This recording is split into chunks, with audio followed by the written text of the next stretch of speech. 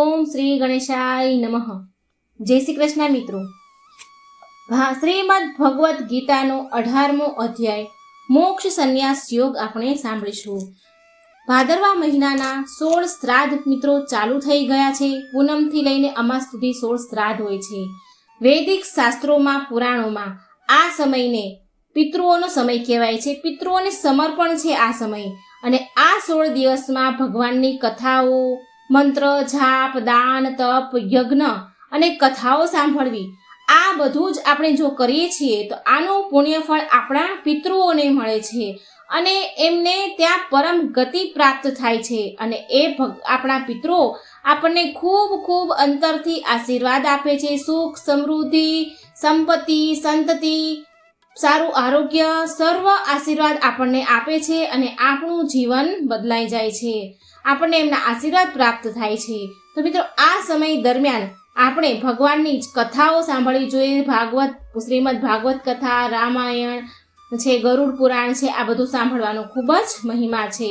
તો મિત્રો, આજે આપણે પિતૃઓના પરમ ગતિ માટે, પિતૃઓ માટે આપણે 18મો અધ્યાય શ્રીમદ ભાગવત ગીતાનો 18મો અધ્યાય મોક્ષ સંન્યાસ યોગ આપણે સાંભળીશું. મિત્રો, વિડીયો અંત સુધી સાંભળજો, અધૂરો છોડશો નહીં, કારણ કે આ ભગવાનના ભાગવત ગીતા છે, તો આ અધૂરો વિડીયો છોડશો નહીં.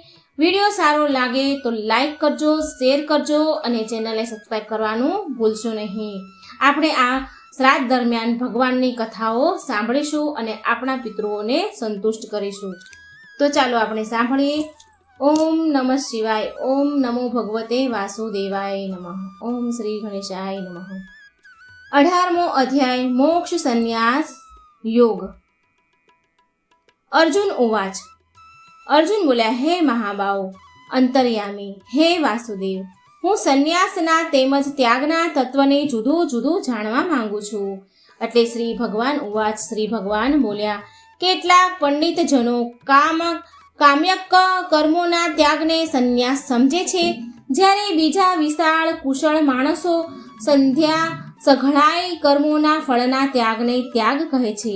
કેટલાય વિદ્વાનો એમ કહે છે કે કર્મ માત્ર દોષયુક્ત છે, માટે ત્યાગ કરવા યોગ્ય છે, જ્યારે અન્ય વિદ્વાનો એમ કહે છે કે યજ્ઞ, દાન અને તપરૂપી કર્મ ત્યાગ કરવા યોગ્ય નથી. હે પુરુષ શ્રેષ્ઠ, હે ભરતવંશીઓમાં ઉત્તમ, સંન્યાસ અને ત્યાગ એ બંનેમાંથી પહેલા ત્યાગ વિશે તું મારો નિશ્ચય સાંભળ. કેમ કે ત્યાગ સાત્વિક, રાજસ અને તામસ એવા ભેદથી 3 પ્રકારનો કહેવાયો છે. યજ્ઞ, દાન અને તપરૂપી કર્મ ત્યાગ કરવા યોગ્ય નથી, પરંતુ એ તો અવશ્ય કરવા જોઈએ, કેમ કે યજ્ઞ, દાન અને તપ એ 3 કર્મો બુદ્ધિશાળી માણસોને પવિત્ર કરનાર છે. માટે હે પાર્થ, આ યજ્ઞ, દાન અને તપરૂપી કર્મોને તેમજ બીજા પણ સઘળાય કર્તવ્ય કર્મોને આસક્તિ અને ફળનો ત્યાગ કરીને ચોક્કસ કરવા જોઈએ. આ મારો નિશ્ચિત કરેલો ઉત્તમ મત છે.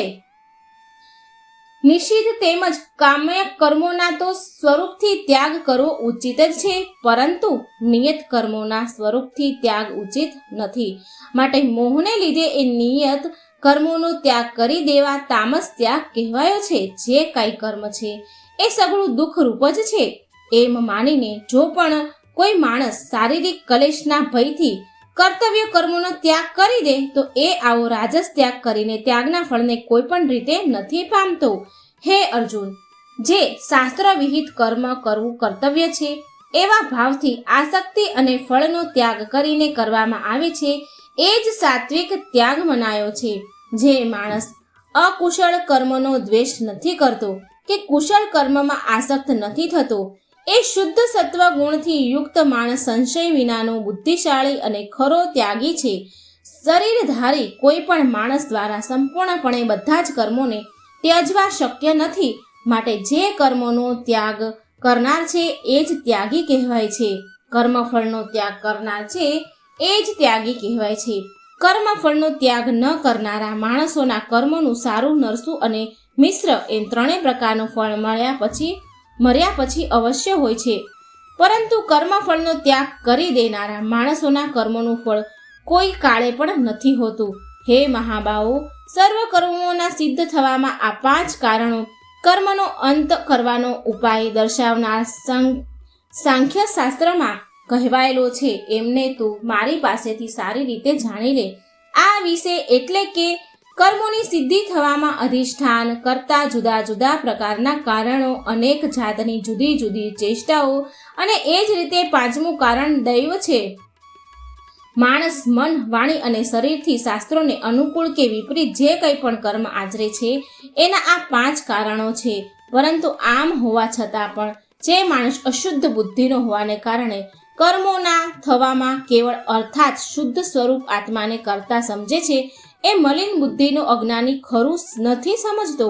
જે માણસના અંતઃકરણમાં હું કરતા છું એવો ભાવ નથી, તેમજ જેની બુદ્ધિ સાંસારિક પદાર્થોમાં અને કર્મોમાં લેપાતી નથી, એ માણસ આ બધા લોકોને હણીને પણ વાસ્તવમાં નથી હણતો કે નથી પાપથી બંધાતો. જ્ઞાતા અને જ્ઞેય આ 3 પ્રકારના કર્મના પ્રેરકો છે અને કર્તા, કરણ તેમજ ક્રિયા આ 3 પ્રકારનો કર્મ સંગ્રહ એટલે કે કર્મના સાધનો છે. ગુણોને આધારે સઘળા પદાર્થોને ગુણોના કરનારા સાંખ્ય શાસ્ત્રમાં ગુણોના ભેદને લીધે જ્ઞાન, કર્મ તથા કર્તા 3 પ્રકારના જ કહેવાય છે. એમને પણ તું મારી પાસેથી સારી પેઠે સાંભળ. જે જ્ઞાનથી માણસ ભિન્ન ભિન્ન જણાતા બધા જ ભૂતોમાં એક અવિનાશી પરમાત્મા ભાવને અવિભાજિત રૂપે સમભાવે રહેલા જુએ છે એ જ્ઞાનને તું સાત્વિક જાણ. પરંતુ જે જ્ઞાન સકળ ભૂતોમાં જુદી જુદી જાતના અનેક ભાવોને જુદા જુદા સ્વરૂપે જાણે છે એ જ્ઞાનને તું રાજસ જાણ. અને વળી જે જ્ઞાન એકલા કાર્યરૂપ શરીરમાં જ સંપૂર્ણની જેમ અશક્ત રહેનારું છે તથા જે યુક્ત વિનાનું તાત્વિક અર્થથી રહિત તેમજ તુચ્છ છે તે તામસ કહેવાયું છે. જે કર્મ શાસ્ત્ર વિધિથી નિયત થયેલું હોય, કર્તાપણાના અભિમાનથી રહિત થઈને કરવામાં આવ્યું હોય, તેમજ ફળની લાલસા વિનાના માણસ વડે રાગ દ્વેષ વિના કરવામાં આવ્યું હોય એ કર્મ સાત્વિક કહેવાય છે. પરંતુ જે કર્મ ઘણો પરિશ્રમ વેઠીને કરાય છે અને વળી ભોગોને ઈચ્છતા માણસને વડે કે અહંકારી માણસ વડે કરવામાં આવે છે એ કર્મ રાજસુક કહેવાય છે. જે કર્મ પરિણામ, હાનિ, હિંસા અને સામર્થ્યને ધ્યાનમાં લીધા વિના કેવળ અજ્ઞાનને લીધે આચરવામાં આવે છે તો તે કર્મ તામસ કહેવાય છે. જે કરતા સંગ વિનાનો, અહંકાર ભર્યા વચનો ન બોલનાર, ધૈર્ય અને ઉત્સાહ ધરાવનાર તથા કાર્યની સિદ્ધિ એ અસિદ્ધિમાં હરખ, શોક આદિ વિકારોથી રહિત છે એ સાત્વિક કહેવાય છે. જે કરતા આસક્તિ ધરાવનાર, કર્મોના ફળની લાલસા રાખનાર, લોભી, બીજાને કષ્ટ આપવાનો સ્વભાવ ધરાવનાર, અશુદ્ધ આચરણ રાખનાર તેમજ હરખ શોકથી લિપ્ત છે એ રાજસ કહેવાય છે. જે કરતા પોતાને વશમાં ન રાખનાર, અશિક્ષિત, ઘમંડી, સઠ્ઠ, બીજાની આજીવિકાનો નાશ કરનાર, શોક કરનાર, આળસુ અને દીર્ઘસૂત્રી છે એ તામસ કહેવાય છે. હે ધનંજય, હવે તું બુદ્ધિ તેમજ ધૃતિનો પણ ગુણો અનુસાર 3 પ્રકારનો ભેદ મારા વડે સંપૂર્ણપણે વિભાગપૂર્વક કહેવાતો સાંભળ. હે પાર્થ, જે બુદ્ધિ પ્રવૃત્તિ માર્ગ અને નિવૃત્ત માર્ગને, કર્તવ્ય તેમજ અકર્તવ્યને, ભય અને અભયને તથા બંધન અને મોક્ષને યથાર્થપણે જાણે છે એ બુદ્ધિ સાત્વિક છે.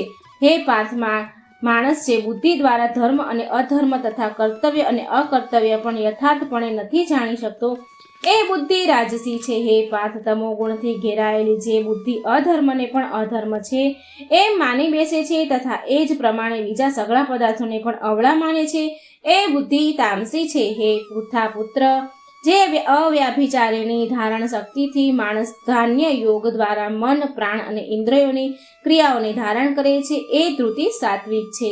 પરંતુ હે પૃથા પુત્ર અર્જુન, ફળની લાલસા રાખનાર માણસ જે ધારણા શક્તિ દ્વારા ઘણી આસક્તિ પૂર્વક ધર્મ, અર્થ અને કામને ધારણ કરે છે એ ધારણ શક્તિ રાજસી છે. હે પૃથા પુત્ર, દુષ્ટ બુદ્ધિનો માણસ જે ધારણ શક્તિ દ્વારા નિંદ્રા, ભય, ચિંતા અને દુઃખને તથા ઉન્માદપણને પણ નથી છોડતો પણ પકડી રાખે છે એ ધારણ શક્તિ તામસી છે. હે ભરત શ્રેષ્ઠ, હવે 3 પ્રકારના સુખને પણ તું મારી પાસેથી સાંભળ. જે સુખમાં સાધક માણસ ભજન, ધ્યાન અને સેવા આદિના અભ્યાસ વડે રમણ કરે છે અને જેથી દુઃખોનો અંતને પામી જાય છે, જે આ જાતનું સુખ છે એ શરૂઆતમાં જો કે વિષ જેવું જણાય છે પણ પરિણામે અમૃત જેવું છે. માટે એ પરમાત્મા વિષયક બુદ્ધિના પ્રસાદમાંથી ઉપજનારું સુખ સાત્વિક કહેવાયું છે. જે સુખ વિષય અને ઇન્દ્રિયોના સંયોગથી થાય છે એ શરૂઆતમાં ભોગકાળમાં અમૃત જેવું જણાતું હોય છે, છતાં પરિણામે વિષ જેવું છે, માટે એ સુખ રાજસ કહેવાયું છે. જે સુખ ભોગકાળે તેમજ પરિણામે પણ આત્માને મોહિત કરનારું છે, એ નિંદ્રા, આળસ અને પ્રબાંધમાંથી જન્મેલું સુખ તામસ કહેવાયું છે. પૃથ્વી પર, આકાશમાં કે દેવતાઓમાં અથવા કે સિવાય ક્યાંય પણ એવો કોઈ પણ જીવ નથી જે આ પ્રકૃતિમાંથી જન્મેલા ત્રણેય ગુણોથી મુક્ત હોય. હે પરમ તપ, બ્રાહ્મણો, ક્ષત્રિયો, વૈશ્યો અને શૂદ્રોના કર્મો સ્વભાવમાંથી ઉપજેલા ગુણો દ્વારા વિભક્ત કરવામાં આવ્યા છે. અંતઃકરણનો નિગ્રહ કરવો, ઇન્દ્રિયોનું દમન કરવું, ધર્મના પાલન કાજે કષ્ટ સહેવું, બાહ્ય ભીતરથી શુદ્ધ રહેવું, બીજાના અપરાધોને ક્ષમા આપવી, મન, ઇન્દ્રિય તેમજ શરીરને રજૂ સ્વભાવના રાખવા, વેદો, શાસ્ત્રો, ઈશ્વર અને પરલોક આદિમાં શ્રદ્ધા રાખવી, વેદ શાસ્ત્રોનું અધ્યયન તથા અધ્યપાન કરવું અને પરમાત્માના તત્વને અનુભવવું, આ બધાય બ્રાહ્મણના સાત્વિક કર્મો છે. શૂરવીરપણું, તેજ, ધૈર્ય, નિપુણતા તથા યુદ્ધમાં પણ ન ભાગવું, દાન આપવું અને સ્વામી ભાવ, આ બધા ક્ષત્રિયના સ્વાભાવિક કર્મો છે. ખેતી, ગોપાલન અને ખરીદવા વેચવાની સત્ય વ્યવહાર આ વૈશ્યના સ્વાભાવિક કર્મો છે, તથા સર્વ વર્ણોની સેવા કરવી શૂદ્રનું પણ સ્વાભાવિક કર્મ છે. પોતપોતાના સ્વાભાવિક કર્મમાં તત્પરતાપૂર્વક જોડાયેલા માણસ ભગવત પ્રાપ્તિ રૂપી પરમ સિદ્ધિને પામી જાય છે. પોતાના સ્વાભાવિક કર્મમાં માણસ જે રીતે કર્મ કરીને પરમ સિદ્ધિને પામે છે, ઉપાયની તું સાંભળ. જે પરમેશ્વરથી સઘળા પ્રાણીઓની ઉત્પત્તિ થઈ છે અને જેનાથી આ આખું જગત વ્યાપેલું છે, એ પરમેશ્વરની પોતાના સ્વાભાવિક કર્મો વડે પૂજા કરીને માણસ પરમ સિદ્ધિને પામી જાય છે. સારી રીતે આચરવામાં આવેલા બીજાના ધર્મ કરતા ગુણ વિનાનો છતાં પણ પોતાના ધર્મ ચડિયાતો છે, કેમ કે સ્વભાવથી નિયમ થયેલું સ્વધર્મ રૂપી કર્મ કરતો માણસ પાપને નથી પામતો.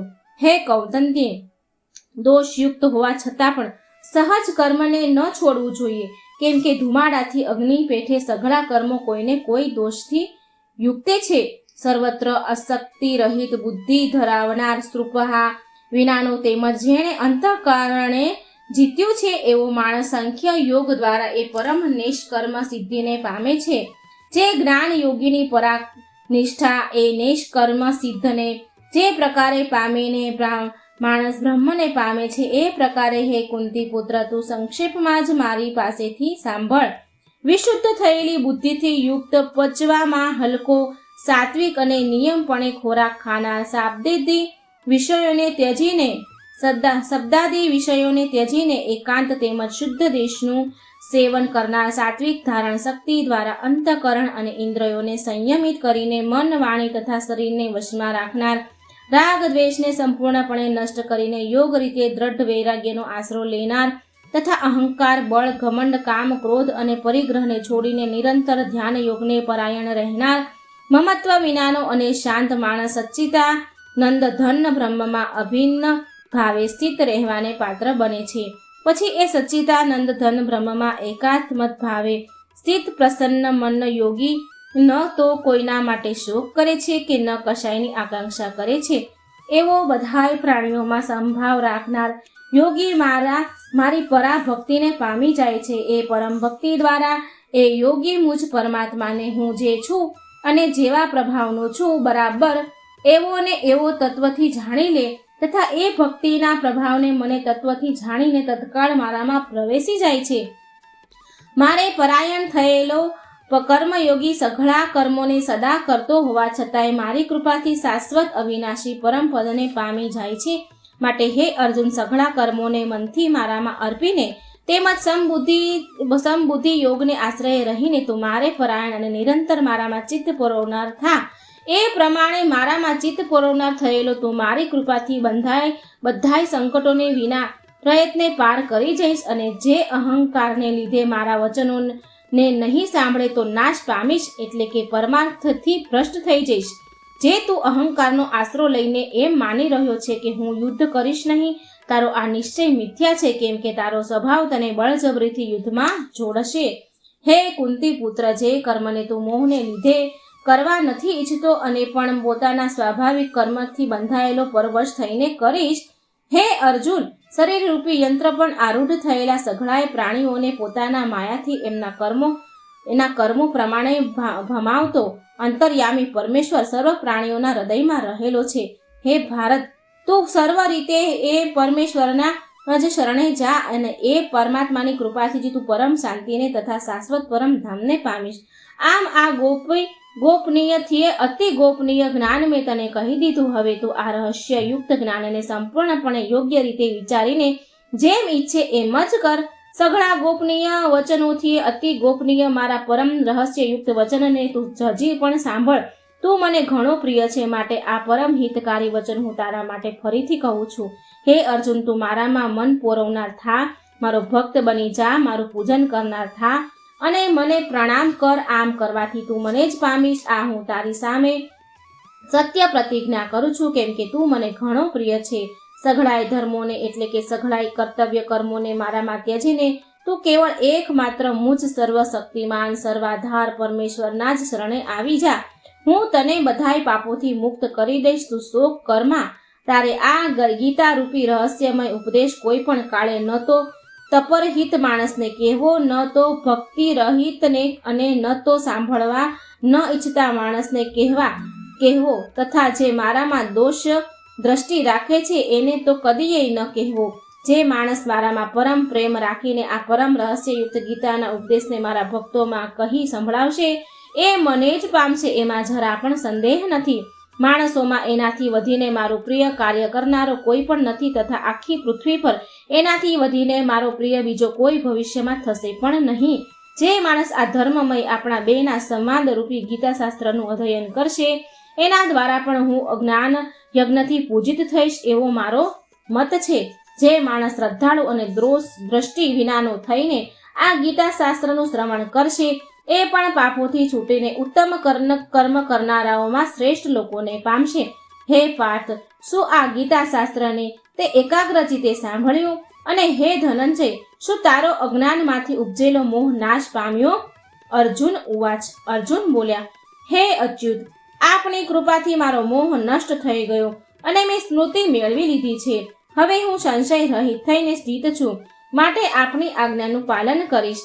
સંજય બોલ્યા, આમ મેં શ્રી વાસુદેવ અને મહાત્મા અર્જુનના આ અદ્ભુત રહસ્યયુક્ત રોમાંચકારક સંવાદને સાંભળ્યો. શ્રી વ્યાસજીની કૃપાથી દિવ્ય દ્રષ્ટિ પામીને મેં આ પરમ ગોપનીય યોગને અર્જુન પ્રત્યે કહેતા સ્વયં યોગેશ્વર ભગવાન શ્રી કૃષ્ણ પાસેથી પ્રત્યક્ષ સાંભળ્યો છે.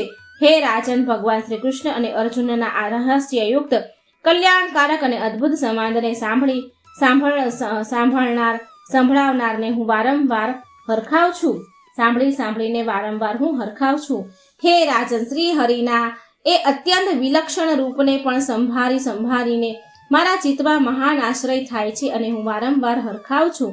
હે રાજન, જ્યાં યોગેશ્વર ભગવાન શ્રી કૃષ્ણ છે અને જ્યાં ગાંડીવધારી અર્જુન છે ત્યાં જ શ્રી વિજય વિભૂતિ તેમજ અચળ નીતિ છે એવો મારો મત છે. મોક્ષ સંન્યાસ સંયોગ નામનો 18મો અધ્યાય અહીં સમાપ્ત થાય છે. તો મિત્રો, આ 18મો અધ્યાય અહીં સમાપ્ત થયો.